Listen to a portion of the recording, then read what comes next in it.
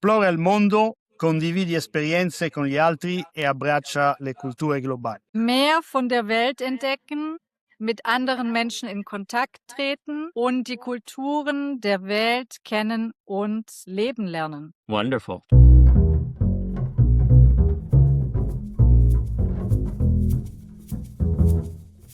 All right, welcome to Today's Explorers, a series dedicated to sharing the inspiring stories and varying perspectives of those who've chosen to seek out life-changing adventure. On the line, I have Stefanie and Dario. Hi, guys. Hello. Hi, Charles. Maybe you could set the scene for us. Where in the world are you calling in from? So we are currently in Honduras, in Central America. Yeah. Wonderful. And I can see you're sitting in your camper van right now. Yeah. We are. Yeah. Yes. What's Pretty the- warm outside, so yeah. I was Yeah. going to ask, the temperature there is pretty warm. Yeah, we probably have 30 degrees right now. Wow.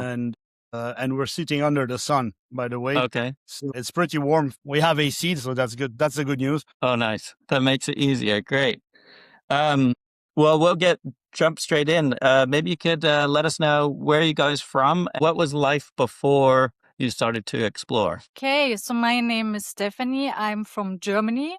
With a little accent, you can hear that. So I lived all my life in Germany until I did my hospitality school, and then I left to France for a few years. This is actually where everything started to explore the how to say.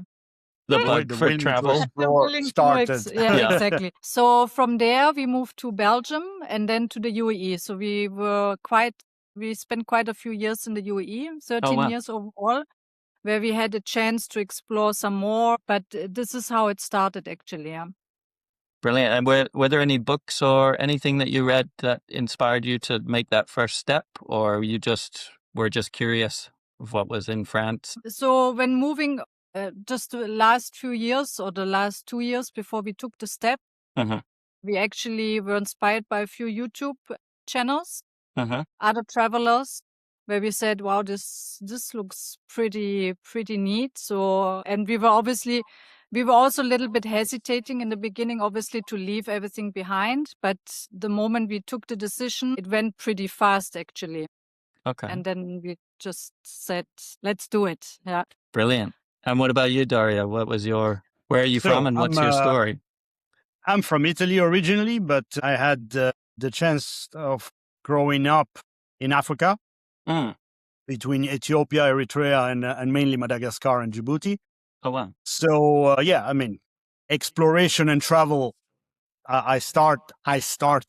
It was a pretty early thing. I'm also an hotelier, so I started working in hospitality, and this is where we met with Stefanie in Paris Mm. a few years ago, about 20 years ago. Yeah, and yeah. So from Paris until the UAE, it's the same story. And Yeah. we've been on the road 14 months now. So yeah.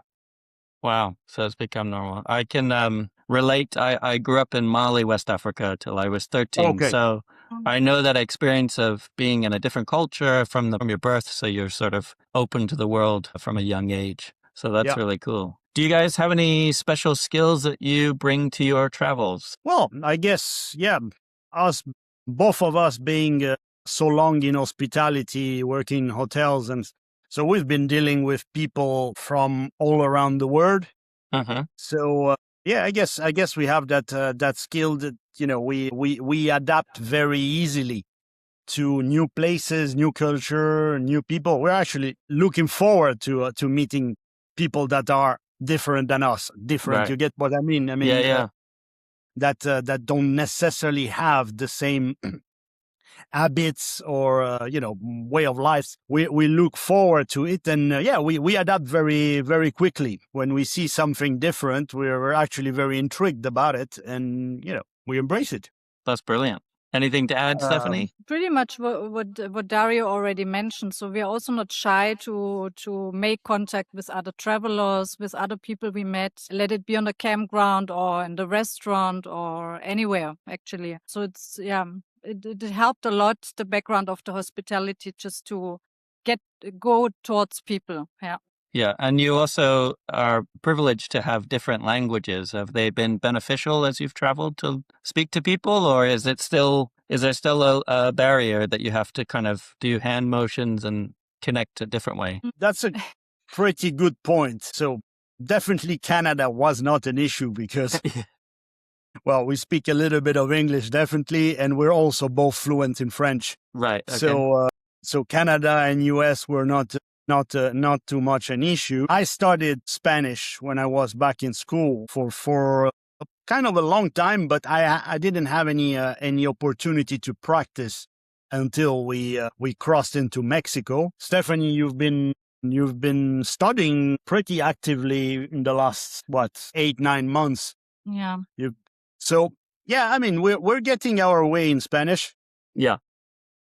Depending on whoever we have in front and how much effort these people want to be understood, then we'll have a comprehensive discussion or not. Funny enough, now it's been a couple of days that here in Honduras we met few people that didn't have that patience, and definitely I can say that Honduras, the Hondureño Spanish is very tough, right, to understand compared to, for example, El Salvador, which is next door, and we felt almost fluent in El Salvador. We had discussions about culture and all of that with them, and right now I have kind of difficulty understanding how much I need to pay at the gas station. So right, yeah.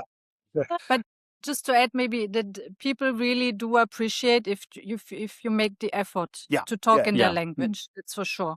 Especially, I mean, Mexico, Central America for sure. And then when you come into countries they are not really used to tourists, then obviously they don't know how slow they need to talk to you. So it's a little bit weird for them when we ask them, can you slow down a little bit? Right. And then they just keep on talking. So it's, sometimes the situation's a little bit tough, but we still made it. So yeah. How about like today's world, there's many apps that you can use to talk to and then it translates for you. Have you tried that, or is that not something you've used we before? didn't use, no. No. No. I mean, I'm using an app to learn the words and the grammar. And I did a course in Mexico for 2 weeks, a Spanish course. But we haven't used an app literally to speak to people. No, I actually think always made the effort to try to It has find not the stopped words. us. At the end of the day, we worked around it, and that's fine. That's fine. Yeah. I find it interesting always to compare with my parents' story of them traveling in the 70s when there was no GPS or social media, so the technology was not there. And I think the interesting comment my mom makes a lot is for people to kind of switch off the technology so that you can experience more analog experience. So maybe with the, don't use an app to translate, try and connect like a human. I think sometimes we use technology to make it easy, but it sometimes maybe makes it a bit more awkward. Yeah. I totally agree with you. I mean, I personally love technology, so I embrace it whenever I can. But it's true. I mean, you don't need an automatic translator and a constant internet connection to travel and meet people. Absolutely. Yeah, for sure. For sure, it would have been easier, for sure, sometimes, for sure. Yeah. But I think it makes you also, think a bit about the words you have learned and how you can actually use them, rather than make it, put it on an app and then get a little bit lazy. I mean, I understand that people use it, for sure, but we have always tried it, even with hands and smiles and signs, to just talk to the different people in the countries. Yeah, that makes sense. Great. Well, let's get an understanding of your trip that you're on now. You said you've been traveling for 14 months. Where did you start? Where have you been so far? So we flew from the UAE to Montreal, bought our RV there, and then started all the way to the east of Canada. So we went to Prince Edward Island, Newfoundland, all the different provinces on the east except Labrador, and all the provinces where you can literally not go by car. And then we went all the way to the west to Vancouver Island, up to the north to the Arctic, to Tuktoyaktuk, and then all the way down to Baja California. So we went the west coast down from the US, Baja California, until the tip, and then we went with the ferry to the mainland of Mexico, and from there we crossed Mexico, Belize, Guatemala, El Salvador, and now Honduras. Yeah. Wonderful. And I like to ask this question too. Did it take you a while to kind of figure out your rhythm for the trip? It sounds like you've traveled quite a lot of the area of the country. So I guess 2 questions is the pace for you, and also do you feel you have to see everything, or you kind of have a flow that you're following? So it's interesting that you're asking this, because we were chatting yesterday about the pace. So we are both very active people. We've been extremely active for the last 25 years.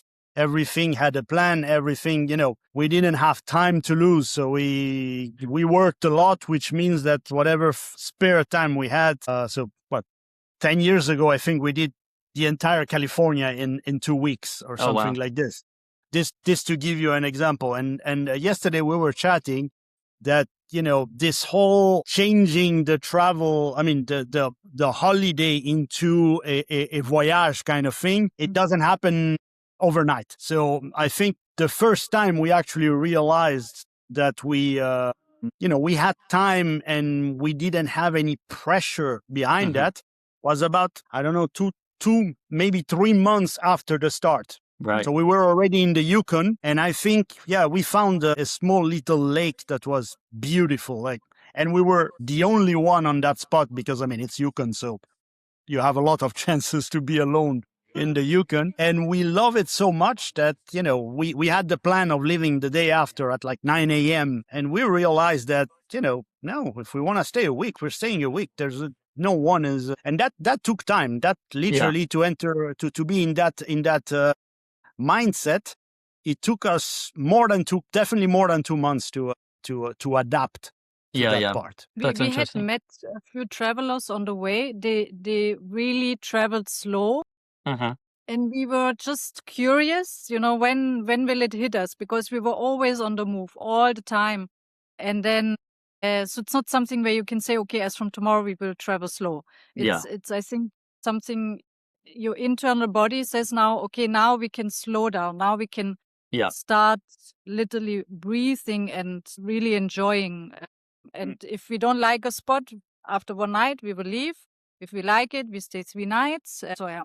Do you think you said you're very active? That's probably from your hospitality. You've got to be moving around and talking to people and things. So it must take a while to change that habit and become slower in your experience. So that's interesting. The problem will be when we have to come back to that. Yeah, to go back. But the adaptation will be brutal, but let's see. Where up ahead, looking forward to in the future? Like what's next? What are you looking forward to? Well, in our case, the good thing is that from now on, anything south is 100% new. Yeah. So we're excited to do all our trips. So the idea is we're doing the whole Panamericana on the west coast, so the real Panamericana, and then up into Brazil. Okay. So we are not. I don't really have any pressure on what I'm looking forward to it, because to be honest, there's been some excellent surprises. Everyone was telling us, skip Belize. Don't lose time in Belize. It's expensive and there's nothing really to see. And turns out we loved Belize. Other people were saying exactly the same about El Salvador. And we actually loved El Salvador. So no pressure at all. We definitely want to keep enjoying this whole trip. And after that, once we finish with this trip, most probably the next target that we're looking forward to is Morocco. We'd love to spend a winter in Morocco and going around Morocco. Yeah. And ideally, next time we're going for a big trip, it will be the Silk Road, most probably. Okay. Wonderful. But that's far. Yeah. Not with this car. Not with this car, definitely. Is the plan to sell this car at the end of the Pan American, or? Yeah.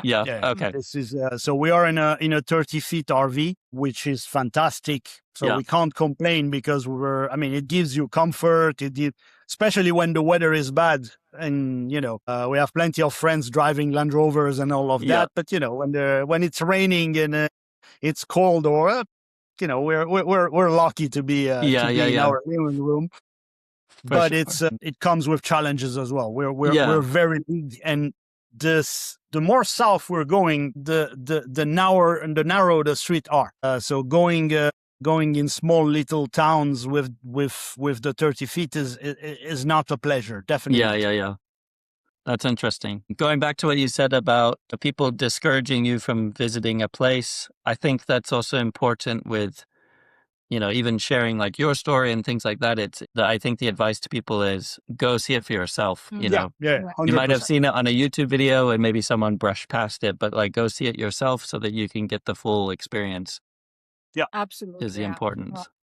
Yeah.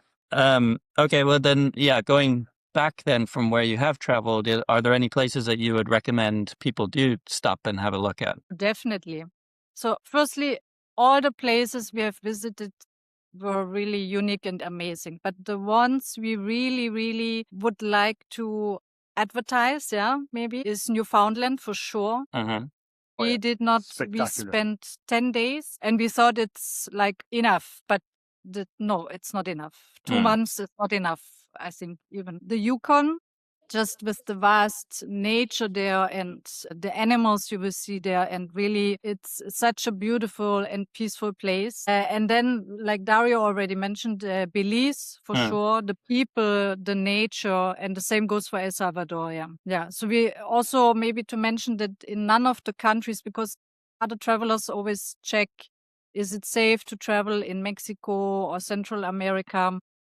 And we have to say we never had any issues.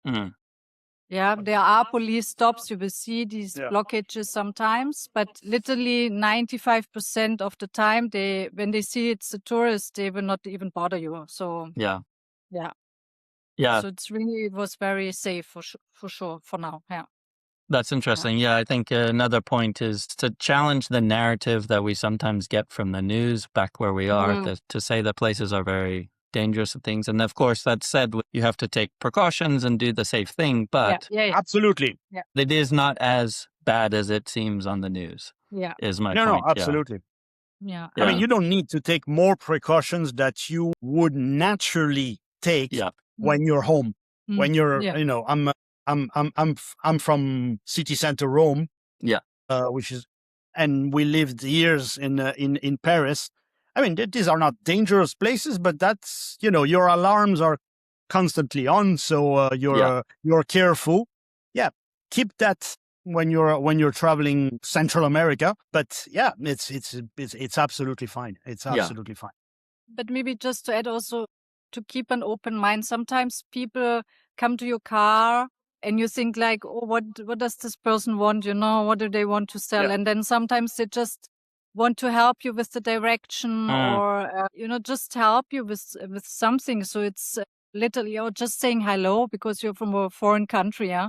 So it's really, in the beginning we were also like, what does this person want? Do I really, open the window? But honestly, no issues at all. So very kind people everywhere. That's brilliant. That's great to hear. So we did talk a little bit about your vehicle, but maybe you could say again, what year is it from? What is it? Any modifications you had made after you purchased it? And then what made you decide to go this route as far as a vehicle? So the vehicle is a Class C RV,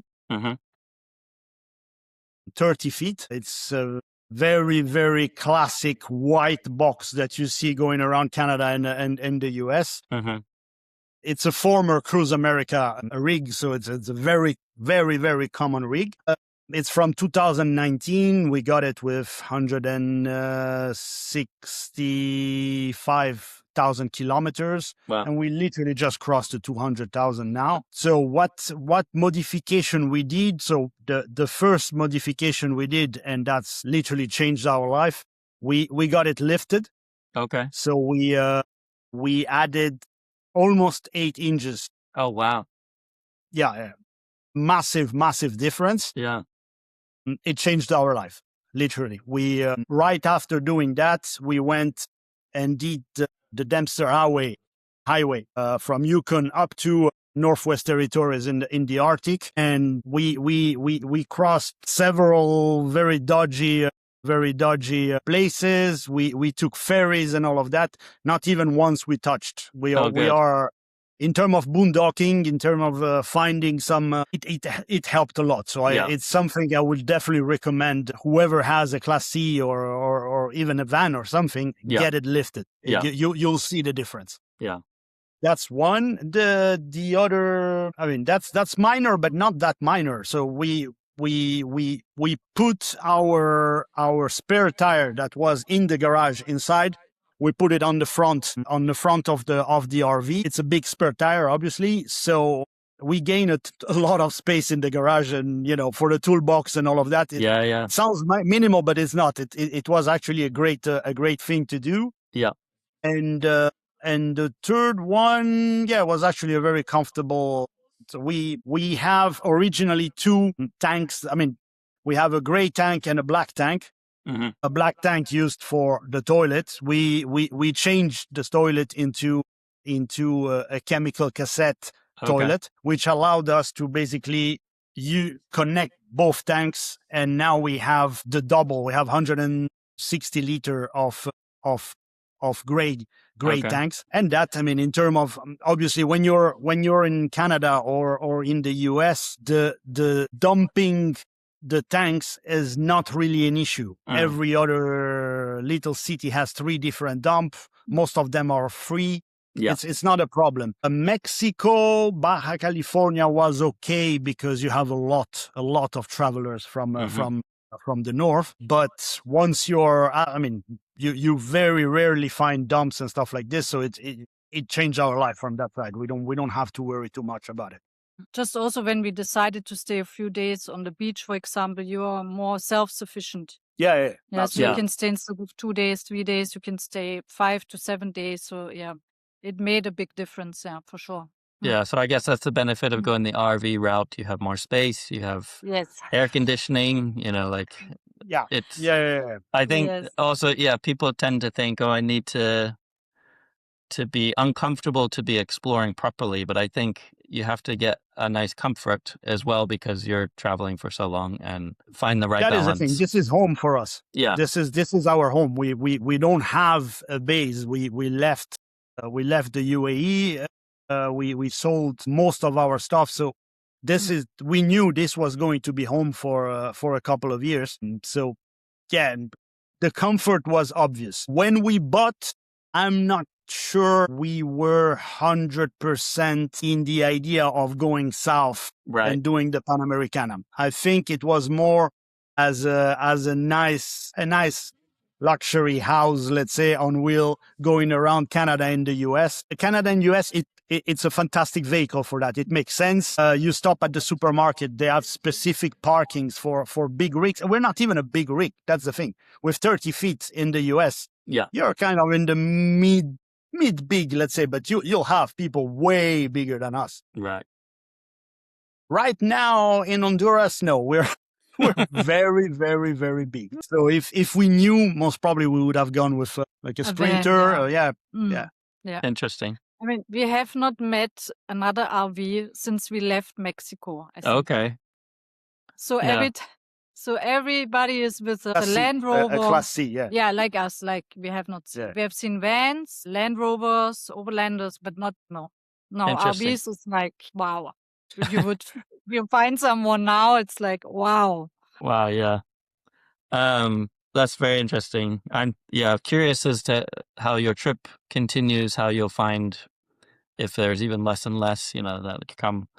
But let's talk about if you could pick 5 pieces of equipment that you always travel with, what would those 5 be? So I would definitely take my running shoes, my yoga mat, a book, and then 2 very important things: the anti-mosquito spray and the after cream. After bite. Right. Because it's been Like Canada, US, even Canada were some areas where it was a little bit tough. Mm-hmm. But Central America, these are not the normal mosquitoes. Huh? They know, and they are so small. They go through all the holes, the mosquito Oh, nets, yeah. and you don't feel it. And the next day, these are the killers. They're Yeah. brutal. Yeah. So, and now we're in the rainy season in Central America, so they just love That's us. terrible. Wow. So this is for me. And- For me, it would be definitely my scuba mask, my fins, and my dive computer. This literally will travel with me anywhere in the world. I have a little bit more than that now because, having a big RV, you also have that, you have a nice garage. So I don't have only that. I have probably 150 kilo of diving wow. equipment with us. Then I would say my chef knives. Mhm. I love to cook. So, it's fun to cook in different places and all of that. And yeah, most probably a nice water pot for the pasta, Yeah. to be able to make pasta everywhere in the world. Just to mention, the first time he cooked actually pasta in the RV, even though it's spacious for travelers, Yeah. he literally got a panic attack. He said, like, I cannot cook in this little space what I have here. Going from our previous kitchen with every, the space, and the first week cooking here was I guess depressing. it took a time to adapt, didn't it? It was changing. Yeah, absolutely. But Yeah. that was probably the hardest part of the adaptation for me. Wow, yeah. Was cooking inside here. Great. I now switch over to more reflective questions about travel and the importance of it. What inspires you guys to explore? Well, we are curious by nature, so definitely we seek novelty, we seek learning new stuff, Mhm. and we're strong believer that you learn every day. So, and the more you go out, the more you will learn. And the more you learn, the more you realize that you don't know everything, and then you want to learn even more, let's say. So, I'm not the first one to say that, but that definitely traveling is a bug. The more you do it, the more you don't stop. Once you open that door, it's difficult to stop, and we just don't want to stop. Actually, Yeah. we want to continue. So yeah, that's basically what is inspiring us to travel to. And yeah, usually, yeah, if we hear about something that we never heard about it, yeah, we're going to naturally investigate it just to understand it, and it works as well on trips. If we hear about a destination, if some paths that are less traveled and all of that, so say, okay, you know what, can we fit it with our RV? Yes, then let's go and let's see it. Yeah, for sure. Anything to add, Stephanie, at all from your perspective? That's pretty much Same. all, yeah. Yeah. She covers everything. That's good. And I think, your comment about not being the first to say it, but I think that being a member of the choir who says it all, that travel is so important to learn new things, is the reason why people travel, is to broaden their perspective, because we can be, confined if we're in the same place all the time and we only see the same things. But your perspective widens as you learn more, of course, and not just from travel, but trying new languages or music or things like that. Like it's all about, continuing to learn. How do you guys, I know we talked about language, but how do you engage with other people? Like, what's your method for starting a conversation? So we have started, obviously when you boondock or you're on the campgrounds, Mm-hmm. you obviously meet people, and we're not shy to connect with them. But also we have met a few couples over Instagram and WhatsApp groups, because we're traveling with our 2 pups. Oh, okay. So it's not like us, especially in Central America, we go and get a visa on arrival. No, at the border, we have to prepare all these kind of papers for the dogs. Every country is a little bit different. Mm-hmm. So this was quite, important actually for us to connect to other travelers who travel, especially with dogs. Yeah. Right. That's good. Why is it important that we embrace global cultures? Is it important? Because I mean, it's very easy to live in your own bubble, and everything inside that bubble makes sense because that's how it is. That's how people around you are living, are doing things, and all of that. So it's very easy to just turn on the TV and look at people from all around the world having a different way of life and say, no, but that's wrong. Why are they doing that? We're doing it this way back home. But I mean, everyone does things for a reason. There is a reason why things are done, why there is a certain situation somewhere. And it's important to go and see with your own eyes and understand that, there is no better way of living than we don't live better than the other people, There are other realities, and going there and see it with your own eyes. Well, maybe you find something worst came worst, you will understand it. Yeah. And if you get something out of it, it's even better. Maybe it'll change you, and you adopt something from them. So I hope I made my point clear. No, but yeah. That's how I see it, it doesn't cost anything to go and see it, and maybe you'll get something out of it. Yeah, no, I always use the illustration of if you zoom out again to the globe and you're in space, the realization that we are all just the same people on this rock that is in the middle of the universe is mind-boggling. And it's like we're all humans and we're all just trying to figure out what it means for life and how do we cope. And like you said, different situations, different climates, all that stuff. We're all just trying to figure it out. And I think if there's more embracing of other people, we can do it more collectively together to survive, Yeah. No, for sure.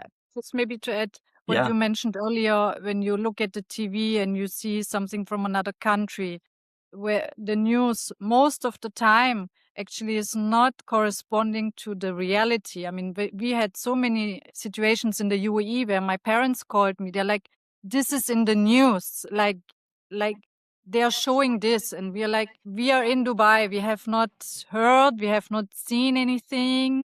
Like with the Dubai chocolate, for example. It's just a small thing. Everybody in Germany was crazy about it. We were not even aware this is existing. Oh, wow. And you could not buy it at the time. I mean, like there were hardly any shops. Like it was not. So the perspective is very different. So I think this is also something which makes us curious to actually go into the countries and discover it from ourselves, and not only flying somewhere, going into a resort and stay for 2 weeks there. No, really being on the road, stopping on the local markets for the fresh food they cook.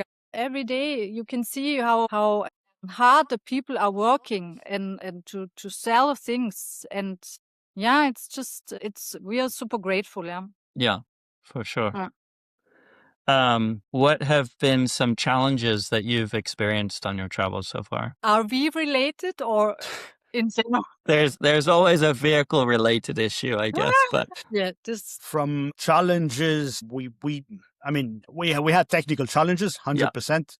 Who hasn't? I mean, when you're doing a trip like this, you'll break down eventually. Yeah. Otherwise, I don't see any other particular challenge that we had at all. These are not really challenge. I mean, crossing all this border with dogs it's not a challenge because it's black and white. You need to do this, and having this. If you have it, it's not going to be an issue. So we haven't had any single issues with the pups, but definitely this is something you need to, it's not just crossing a border like this. No, you need to plan it a little bit in advance. Challenges with the vehicle, a few. Yeah, we when you're replacing a battery and you switch the positive with negative and everything fried inside, and you're in the middle of the highway. That's a challenge. That's a little challenge, yeah. But the good thing is that when it's happened in the US, you just call a tow guy and the guy come with a truck and put your RV on a truck like it's a Tuesday. Let's say it's a Tuesday morning. So that was very easy, expensive but easy. Yeah. pretty AC, much it. Yeah, that some generator issues. generator issues and stuff like this. But I mean, these are Normal things to normal about. things. Yeah, but I don't see any other challenges that we had. No, Yeah. it's actually finger crossed. Yeah. The flip side to that then is what's been the most meaningful moment for you so far? Or maybe you haven't experienced that yet, but is there a time someone helped you or? Yeah, that's a Yeah. good point. Actually, we had one issue in Canada when we were not lifted yet. So Dario, Oh, yeah. Dario was driving so Through on a what was it, a sheep track? Yeah, Sort of I mean, sheep track. kind of a dirt track. So we decided to. So Stefanie likes to cycle, so she went on a bike trip, and I was supposed to follow her and pick her up at a given point. We obviously someone didn't go to the right one, And which there means was no network. no network. wow. You know, Nothing. you're I mean, that's when you're traveling in Canada, please have Starlink because you'll end up very, very often in places where you have no network. Mm. And and while driving, and so we were not lifted yet, which means that I had to be a little bit creative. Right. Was a little bit too creative at some point because the RV slided and I was basically almost inside a river. Oh, wow. So the RV was completely, and especially one of the rear tire was out of the way, which means that I lost complete grip and impossible to come out. And I don't remember actually what you went to speak to. No, because I didn't have any network, so I tried to locate a ranch or anything where I can actually call him. And so this Canadian family let me in. They let me use their Wi-Fi so I could call him. And then obviously when we realized there is this issue, they're like, with Okay, no let's go. hesitation, Yeah. like we have a pickup, we will drive there and we will help you guys to get out of Wow. this. Like, and I mean, like, Yeah, no question asked. yeah, no question asked, nothing. Like, You know, they are living in an area where it's absolutely normal to help whoever is around because it's tough conditions, and you help each other without asking anything. Sadly, this is something that in our city lives, let's say, you don't have that kind of generosity. If you have someone coming and asking you a favor, you'll probably be a little bit not uncomfortable, let's say. Yeah. And it's sad. Yeah. But no question asked. They came with the pickup, clack, clack, clack. In a second, I was out and we were back on the roads. That was actually the day before we would get lifted. So we were going to be lifted. And but we had a few more situations where we met kind people. They gave us a lift or, we had most of the people we met locals and also travelers, obviously, but locals, really good interaction. Yeah. But this was one of the events where we we were glad to have someone who just came to help without asking for anything. Yeah. That's great. When you guys, I guess on that, when you guys home, maybe if you think after this trip or maybe before, how do you encourage yourself to explore locally? Because I think people don't need to start by doing a global trip. They can start to explore their own area. And then I'll just add one other question based on the, people helping you in other places that you travel to. How do you think you'll be able to help other people when they come to your country, I guess? Good question. That's an excellent question, and maybe this trip builds that confidence to then when you are home to help other people, I guess. I hope definitely, getting help like this from a stranger, I'll always remember that. I'll definitely always remember that, which means that when someone will come and ask my help, this at least will pop up in my mind, Right.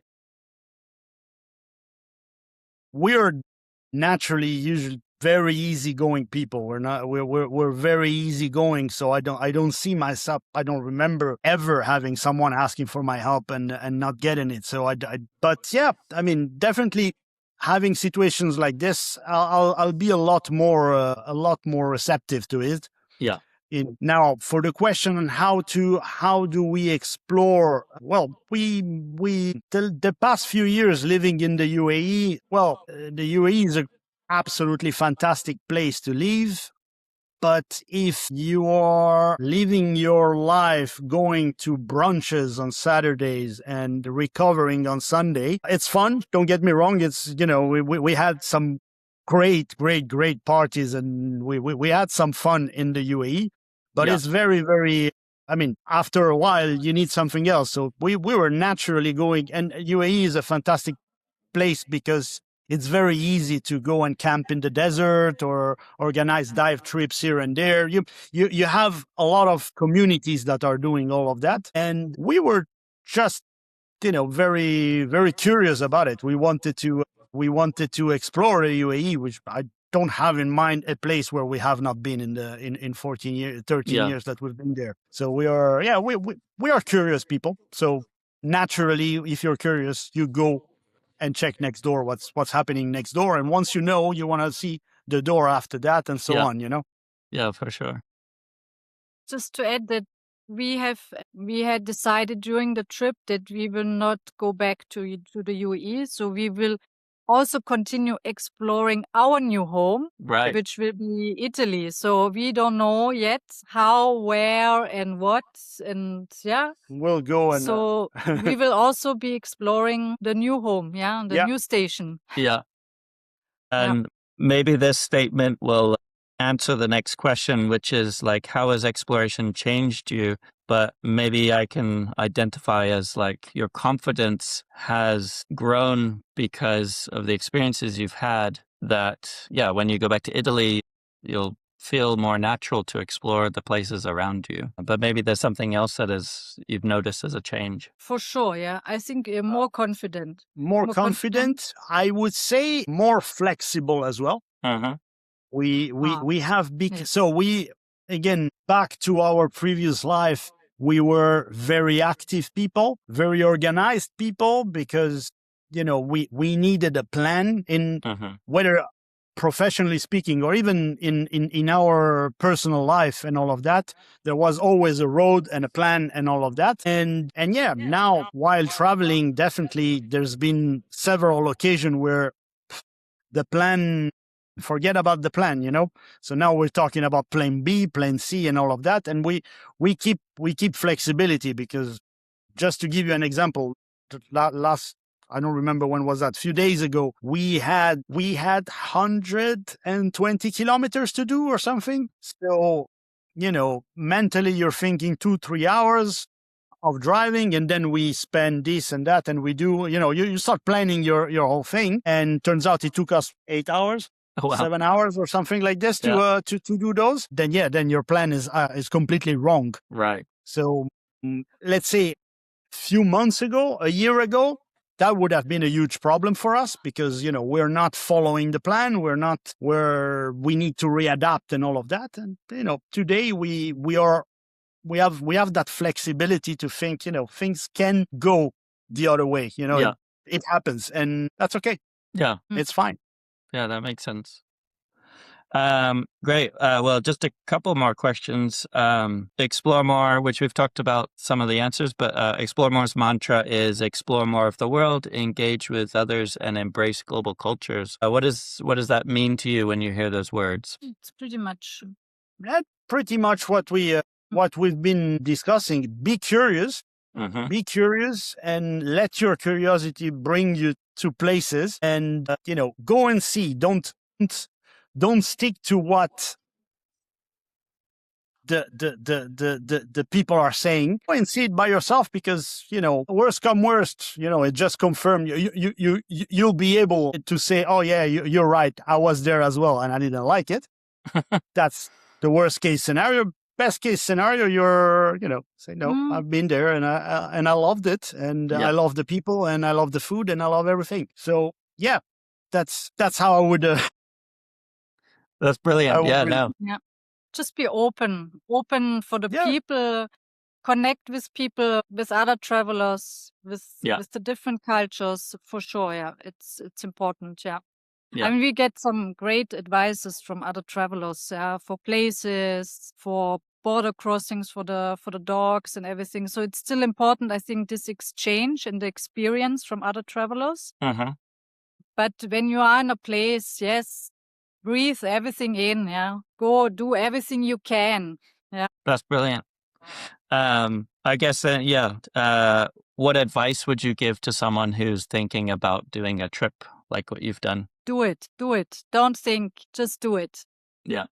I think it's more the time you spend thinking, should I not do it? Is it the right moment? Is it not? Should I do it now or next year? Start. Just do it. Because it's never the right time. Yeah. Yeah, it's never the right time. Absolutely. It was not the right time for us. We just happened that we did it. But, if we would have fought a little bit too much, knowing the kind of people we were before, no way we would have taken that decision. So go start. Don't wait to have it all figured out. Right. Just start. And again, as we were discussing, do not start thinking I'm going to do overland Africa for 5 years, No, don't. It's to reach Africa, you still have, wherever you are, you still have to drive a little bit. Do that drive and figure it out. By the time you reach Africa, you'll be okay. You'll be doing fine. That confidence has grown then. Yeah. Yeah. Brilliant. And another advice, do not trust Google Maps when you're driving a 30-feet RV. Yes. Yeah. No. No. Oh my God. Take a map, take an old-fashioned map or even Google Map, but make yourself the itinerary. Don't block historic city centers with your RV. People don't like it. Especially Mexico and Central America. Yeah. This terrible. It was. Yeah. Every time we have to take a right corner or left corner, most of the time somebody has to get out, stop the traffic. And so don't listen to Google Maps. Huh? No. That's good advice. Brilliant. Well, it's been wonderful to talk to you and hear your story and your perspective. How can people follow your adventures and keep up to date with what you're doing? So we are on social media under Off Leash and Off Grid, Instagram or Facebook. And then we have Polar Steps. Okay. So the link is also in the bio of Instagram. Yeah. Wonderful. Great. Well, thank you so much for coming on the show. And it's been really fun talking to you. And thank you for having us. Yeah, no worries. And I will bid you farewell as you continue to explore more. Thank you very much. Take care, Charles. Bye-bye. Brilliant.